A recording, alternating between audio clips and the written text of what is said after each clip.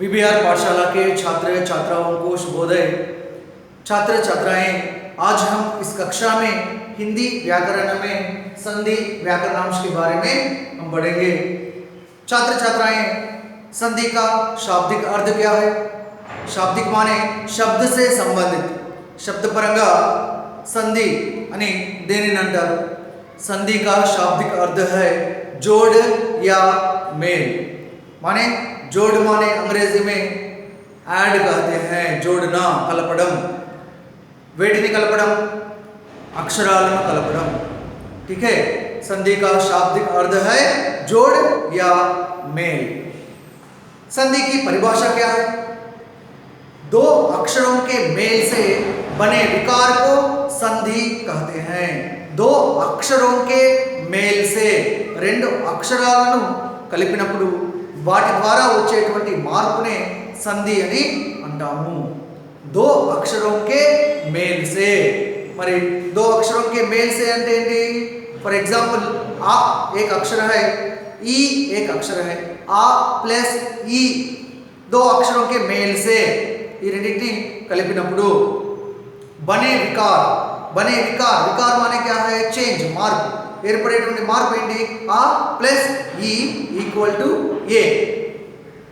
उदाहरण के लिए नर प्लस ईश, नर में अंतिम उच्चारण है आ, ईश में पहला उच्चारण है ई, आ प्लस ई ए, नर प्लस ईश नरेश। छात्र छात्राएं, दो अक्षरों के मेल से बने विकार को संधि कहते हैं। రెండు అక్షరాల కలయికతో ఏర్పడేటువంటి మార్పు ఏదైతే ఉందో దానినే మనము సంధి అని అంటాము। छात्र छात्राएं, संधि के भेद कितने हैं? संधि के 3 भेद हैं। वे हैं स्वर संधि, व्यंजन संधि, विसर्ग संधि। संधि के 3 प्रकार हैं। वे हैं स्वर संधि, व्यंजन संधि, विसर्ग संधि। स्वर संधि की परिभाषा क्या है? स्वर अक्षर के साथ स्वर अक्षर के मेल को स्वर संधि कहते हैं। స్వర అక్షరంతో పాటు స్వరాక్షరం కలిసినప్పుడు ఏర్పడేటువంటి సంధిని స్వర సంధి అని అంటున్నాము। उदाहरण के लिए परि प्लस आवरण, परि में जो अंतिम अक्षर है ई, आवरण जो पहला अक्षर है आ, మరి ఈ ఆ ఈ రెండు కూడా స్వరాక్షరాలే। మరి ఈ విధంగా రెండు స్వరాక్షరాలు కలిసినప్పుడు దానిని మనం ఏమంటున్నాము అంటే स्वर संधि అని పిలుస్తున్నాము। परि प्लस आवरण, पर्यावरण। छात्र छात्राएं, स्वर संधि की परिभाषा क्या है? स्वर अक्षर के साथ स्वर अक्षर के मेल को स्वर संधि कहते हैं। स्वर అక్షరంతో పాటు స్వరాక్షరం కలిసినప్పుడు దానిని మనం స్వర సంధి అని పిలుస్తున్నాము। दूसरा है व्यंजन संधि। क्या है? व्यंजन संधि। व्यंजन संधि की परिभाषा क्या है? व्यंजन अक्षर के साथ स्वर अक्षर या व्यंजन अक्षर के मेल को व्यंजन संधि कहते हैं। మరి व्यंजन అక్షరంతో పాటు స్వర అక్షర కలిసిన व्यंजन అక్షర కలిసిన ఏర్పడేటువంటి సంధిని व्यंजन संधि అని అంటాము। उदाहरण के लिए सत प्लस चरित्र, सत प्लस చరిత్ర, సచ్చరిత్ర। ఇక్కడ సత్ అనేటప్పుడు త అనేటువంటిది వ్యంజన్ అక్షరం, అదేవిధంగా ప్లస్ చరిత్ర చ వ్యంజన అక్షరం। వ్యంజన అక్షరంతో పాటు వ్యంజన అక్షరం కలిసినప్పుడు ఏర్పడేటువంటి సంధి వ్యంజన సంధి। ఓకే, జగత్ ప్లస్ ఈష్, జగత్ ప్లస్ ఈష్, ఇక్కడ అత్ అనేటువంటిది వ్యంజనాక్షరం, ఈష్ ఈ స్వరాక్షరం। మరి వ్యంజనాక్షరంతో స్వరాక్షరం కలిసినప్పుడు కూడా అది కూడా व्यंजन संधि। छात्र छात्राएं, ध्यान से सुनिए। व्यंजन అక్షరంతో పాటు స్వరాక్షరం కలిసిన అంటే జగదీష్ అనేటువంటి పదం తీసుకున్నాం। జగత్ ప్లస్ ఈష్ అంటే व्यंजन అక్షరంతో పాటు స్వరాక్షరం కలిసిన అది व्यंजन संधि। व्यंजन अक्षर के साथ व्यंजन अक्षर मिलने से सच्चरित्र సత్ ప్లస్ చరిత్ర వ్యంజనాక్షరంతో పాటు వ్యంజనాక్షరం కలిసినప్పుడు కూడా అది व्यंजन संधि। तीसरा है विसर्ग संधि। विसर्ग के साथ स्वराक्षर या व्यंजन अक्षर के मेल को विसर्ग संधि कहते हैं। మరి విసర్గతో పాటు స్వరాక్షరం కలిసిన లేదా వ్యంజనాక్షరం కలిసిన దానిని విసర్గ సంధి అని అంటాము। నిహ్ ప్లస్ ఆశా, నిహ్ ప్లస్ ఆశా, ఇక్కడ నిహ్ విసర్గ ఉంది, ఆశా ఆ స్వరాక్షరం ఉంది। మరి ఇలా విసర్గతో పాటు స్వరాక్షరం కలిసినప్పటికీ అది విసర్గ సంధి। మరి అదే విధంగా నిహ్ ప్లస్ సందేహ్, నిహ్ ప్లస్ సందేహ్, మరి నిహ్ విసర్గతో పాటు व्यंजनाक्षరం కలిసినప్పటికీ కూడా అది विसर्ग संधि। छात्र छात्राएं ध्यान से इसमें विसर्ग के साथ स्वराक्षर हो या व्यंजनाक्षर के मेल को हम विसर्ग संधि कहते हैं। छात्र छात्राएं अब तक आपको मालूम हो गया है कि संधि का शाब्दिक अर्थ क्या है, संधि की परिभाषा क्या है, संधि कितने प्रकार के हैं और वे क्या क्या हैं, स्वर संधि की परिभाषा क्या है, व्यंजन संधि की परिभाषा क्या है, विसर्ग संधि की परिभाषा क्या है। और अब देखिए स्वर संधि में 5 प्रकार है। स्वर संधि में 5 प्रकार हैं।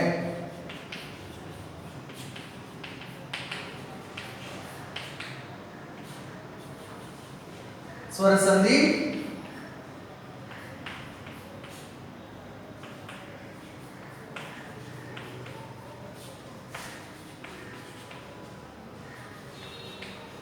पांच प्रकार हैं। वे क्या क्या हैं? एक है दीर्घ संधि, दूसरा है गुण संधि, तीसरा है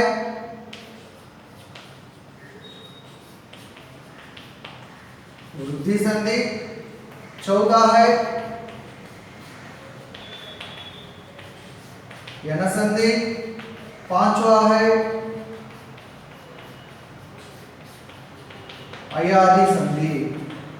छात्र छात्राएं ध्यान से सुनिए, संधि के भेद कितने हैं? 3।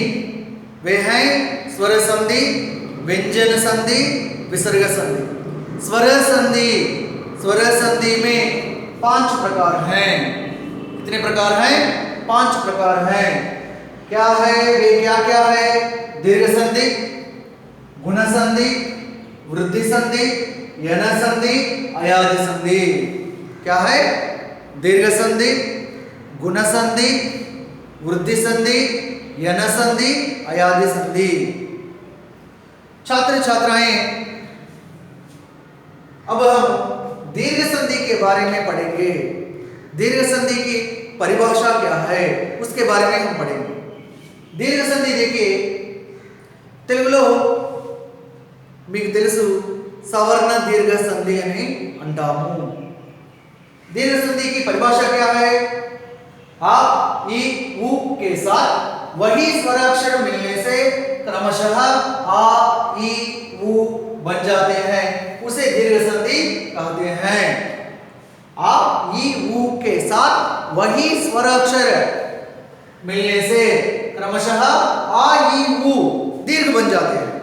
इस प्रकार जो संधि को दीर्घ संधि कहते हैं। మరి తెలుగులో మీరు స్పష్టంగా మీరు నేర్చుకుంటూ ఉంటారు, సవర్ణ దీర్ఘ సంధి సూత్రం నేర్చుకుంటూ ఉంటారు।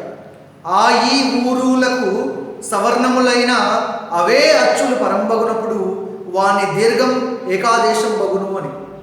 అంటే आ, ई, उ के साथ वही स्वराक्षर मिलने से आ, ई, उ ఏవైతే స్వర అచ్చులు అక్షరాలు ఉన్నాయో అవే అక్షరాలు కలిసినప్పుడు, అవే స్వరాక్షరాలు కలిసినప్పుడు ఆ ప్లస్ ఆ, ఈ ప్లస్ ఈ, ఉ ప్లస్ ఉ ఈ విధంగా దీర్ఘంలాగా ఏర్పడతాయి।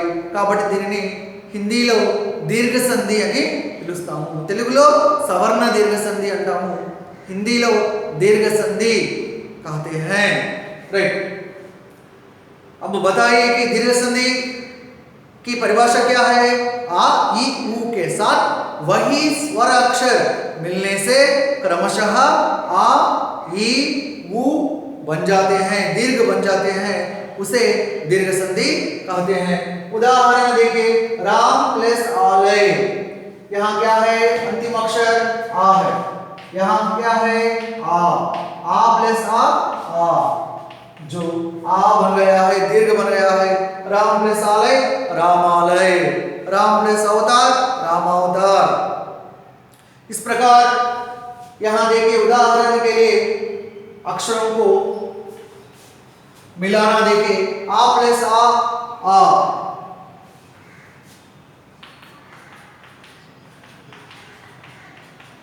अच्छा ठीक है, आप अपनी पुस्तक खोलकर पहले दीर्घ संधि की परिभाषा लिखिए और जो स्वर संधि में प्रकार हैं, प्रकार भी लिख लीजिए।